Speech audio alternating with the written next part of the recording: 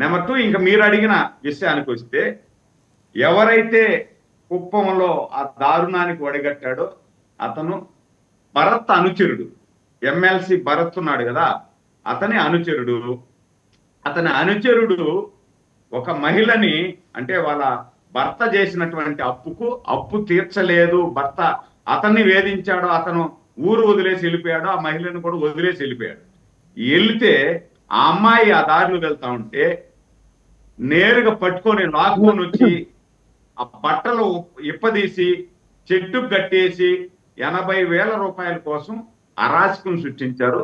దాన్ని నిన్న చంద్రబాబు గారు క్లియర్ గా ఆ అమ్మాయితో మాట్లాడడం, ఆ కుటుంబాన్ని పరామర్శించడం, ఆ కుటుంబాన్ని దగ్గరికి చేర్చుకొని ఆ పిల్లలను కూడా చదువుకునేదానికి 5 లక్షల రూపాయలు ప్రభుత్వం తరఫున ఇవ్వడం, ఆ అమ్మాయి జోలికి ఎవరు వచ్చినా కూడా కఠినంగా శిక్షిస్తామని చెప్పడం, అక్కడ ఉన్నటువంటి మా ఎమ్మెల్సీ శ్రీకాంత్ కూడా ఆ అమ్మాయిని పరామర్శించడం జరిగింది.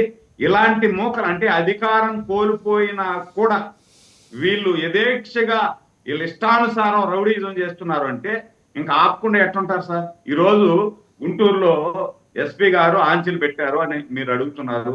మంచిది, సంతోషం. మీరు అడిగిన ప్రశ్న చాలా మంచిది. రాజ్యాంగంలో ఎవరైనా కూడా పరామర్శించుకెళ్లేదానికి అవకాశం ఇవ్వాలా.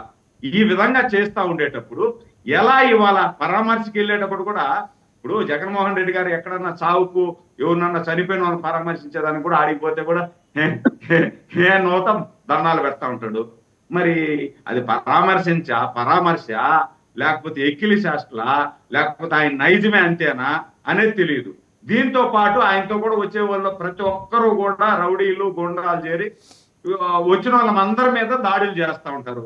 ఇట్లా వాళ్ళని వేల మంది సమకూర్చేసి వాళ్ళు దాడులకు వెళ్తా ఉంటే యథేక్షగా వదిలేస్తే మళ్ళా దాన్ని ఏమంటారు? ఎవరు వదిలేయమన్నారండి మిమ్మల్ని? ఇందా నుంచి నేను చెప్పేది ఏంటి, ఇందా నుంచి నేను చెబుతున్నది ఏంటి నాయుడు గారు? ఎవరు వదిలేయమన్నారు? లా అండ్ ఆర్డర్ ముఖ్యమంత్రి గారి దగ్గర ఉంది. డీజీపీ గారికి ఒక్కసారి కన్సైగ చేసి 15,000 మందిని లోపల వేసేయండి అంటే 10 నిమిషాలు పని పోలీసులకి. అల్లరి మూకలని మీరే ఐడెంటిఫై చేశారు. నేను మళ్ళీ చెప్తున్నా, మీరే ఐడెంటిఫై చేశారు. అల్లరి మూకలను తిరగని మాకండి. అప్పుడు జగన్మోహన్ రెడ్డి బలహీనుడైపోతాడు, ఆయన ఏం చేయలేడు. మీకు అవకాశం ఉన్నా మీరు ఎందుకని ఎక్సర్సైజ్ చేసుకోవట్లేదు? ఒకటి నా ప్రశ్న ఇంకా పూర్తి కాల. అంటే ఇంకా పోలీస్ వ్యవస్థ జగన్మోహన్ రెడ్డి గారి కను సైగల్లోనే నడుస్తుందా, కను సన్నల్లోనే నడుస్తుందా? ఇప్పుడు నేను పోలీస్ యంత్రాంగం జగన్మోహన్ రెడ్డి గారి కనుసన్నల్లో నడుస్తోంది అని అనలా.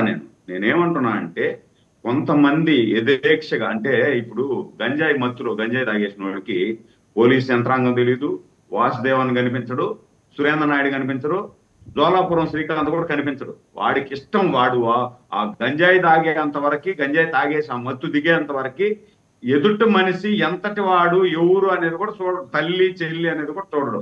ఎవడి మీద అయినా దాడి చేస్తాడు, ఏమైనా చేయగలుగుతాడు. అలాంటి వాళ్ళని మనం పరామర్శించకూడదు కదా అని నేను అడుగుతున్నా. ఒక బాధ్యతాయుతమైనటువంటి మాజీ పని చేయండి సార్, ఒక చార్టర్ ఒకటి తయారు చేయండి. ఎవరిని పరామర్శించాలి, ఎప్పుడు పరామర్శించాలి, ఎలా పరామర్శించాలి, ఎందుకు పరామర్శించాలి, 5 Ws and 1 H చార్టర్ రాసి మీకు షెడ్యూల్ ఇచ్చేయండి. జగన్మోహన్ రెడ్డి గారు మీరు ఫలానా రోజు ఒక ఆదివారం నాడు వెళ్ళి వాళ్ళని ఒక అరగంట పాటు పరామర్శించి వాళ్ళ బుగ్గలు తడివి నుదుటి మీద ముద్దు పెట్టుకొని వచ్చేయండి అని చెప్పి మీరు డైరెక్షన్ ఇచ్చేయండి. దాని ప్రకారం చేసుకుంటూ పోతాడు. ఈ గొడవ ఉండదు కదా.